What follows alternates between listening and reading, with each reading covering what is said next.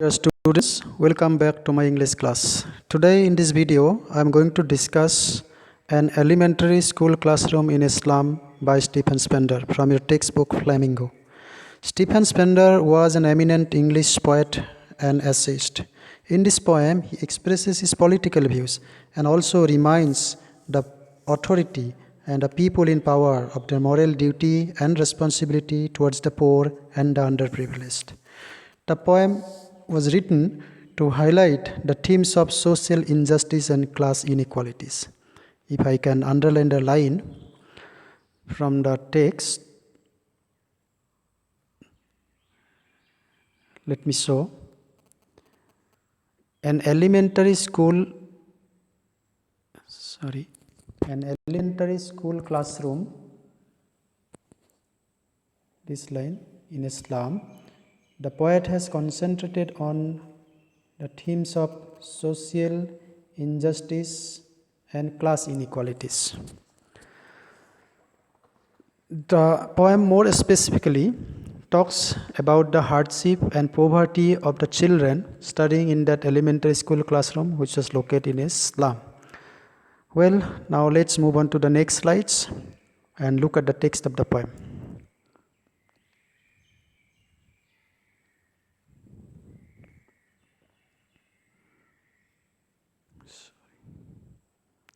Yes.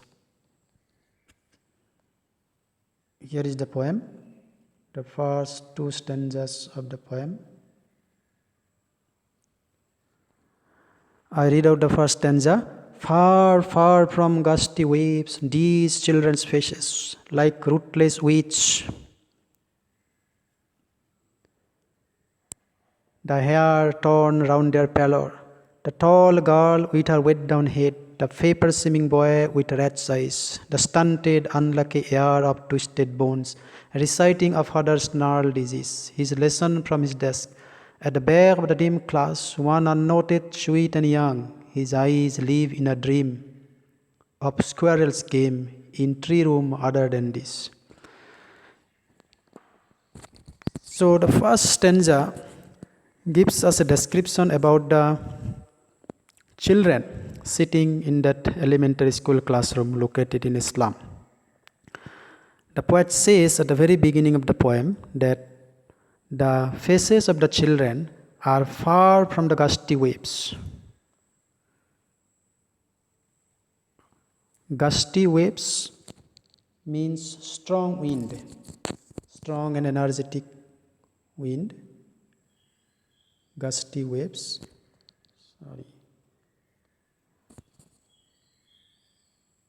Gusty waves. Far, far from gusty waves, these children's faces, like rootless weeds.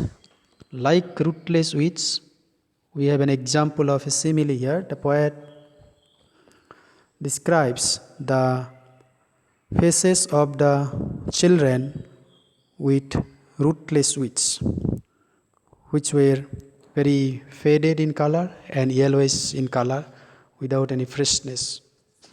The children appeared to be rootless weeds. The hair torn round their pallor. Their hair was also very untidy, which was scattered all over their pale faces. So pallor means pale face. Far, far from gusty waves, these children's faces like rootless weeds, the hair torn round their pallor. The tall girl with her wet down head, the poet also talks about a tall girl who was sitting with her head down. Wet down head refers to the depression of the girl. She was bending her head down because of the load of poverty in her family. The paper-seeming boy with rat's eyes. The poet also talks about the boy, paper-seeming boy. Now look at the use of the words paper-seeming. There are some very striking words used by the poet to express the very picture, to bring the very pathetic picture of the living condition of the children of that slum classroom. The paper swimming boy with red eyes. The boy was a very thin boy.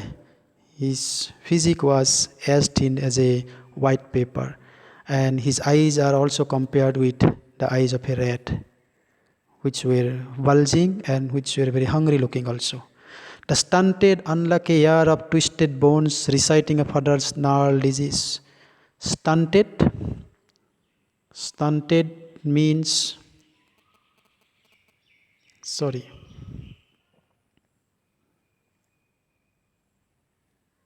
Stunted, unlucky hair. Why stunted and why unlucky? The boy being referred to here is stunted. His growth was not proper. His physical growth was not as per the age of the boy.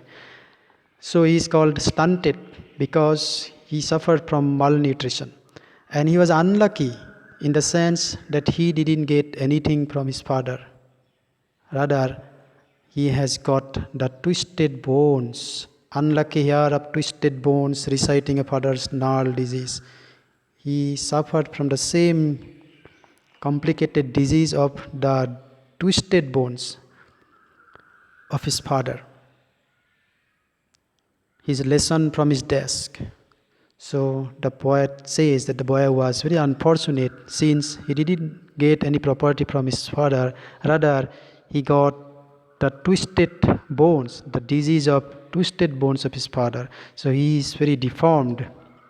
At the back of the class, dim class, one unnoticed, sweet and young, his eyes live in a dream of squirrel's game in the tree, in tree other than this. Then the poet also mentions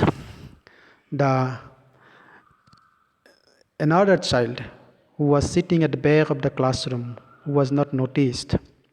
He was very sweet and very young, and he was not paying any attention to the class. He was dreaming something. He was dreaming of the squirrel's game. Here is an example of a metaphor. He was not at all interested in whatever was going on in the classroom. Rather, he was thinking about the squirrel's game in the tree room, in the hollow of the tree. The poet says that the boy also wanted to play as freely as the squirrel and enjoy his life, but he cannot because he has to stay in his dull and gloomy classroom.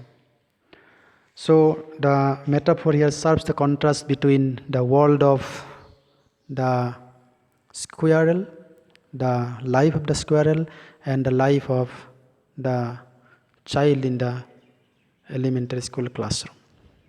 So in this way we find the poet giving a very detailed description, a very beautiful description of the very miserable lives, the miserable condition of the lives of the children of that elementary school classroom in a slum.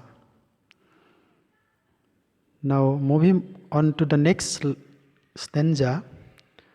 On sour cream walls, donations, Shakespeare's head, cloudless at dawn, civilized dome, riding all cities, bale, flowery, Tyrolese valley. Open-handed map, awarding the world its world, and yet for these children, these windows, not this map, their wall, where all their future is painted with a fog. Here we find the poet giving a detailed description of the classroom of that elementary school. The poet says that the walls of the classroom of that elementary school was decorated with some donations. And the classroom walls were very sour.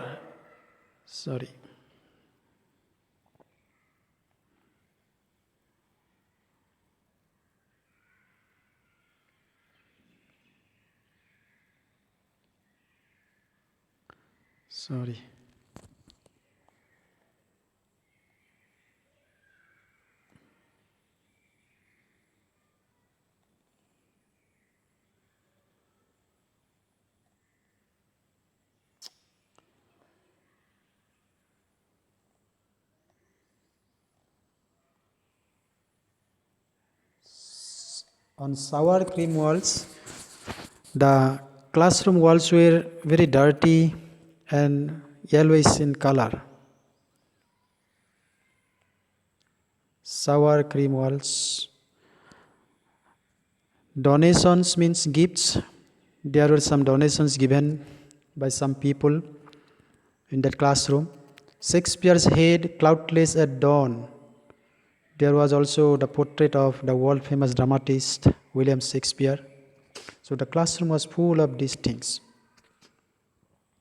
Cloudless at dawn, civilized dome, riding all cities, vale, flowery, Tyrolese valley. Then the classroom was also painted with these things. Cloudless sky at dawn. Civilized dome means buildings with domes. Then the beautiful Tyrolese valley with beautiful flowers and bells. So these things were also to be found in the classroom.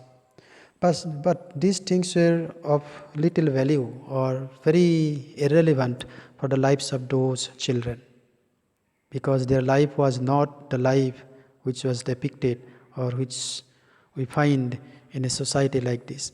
These things symbolize the prosperity, progress, and development of our world.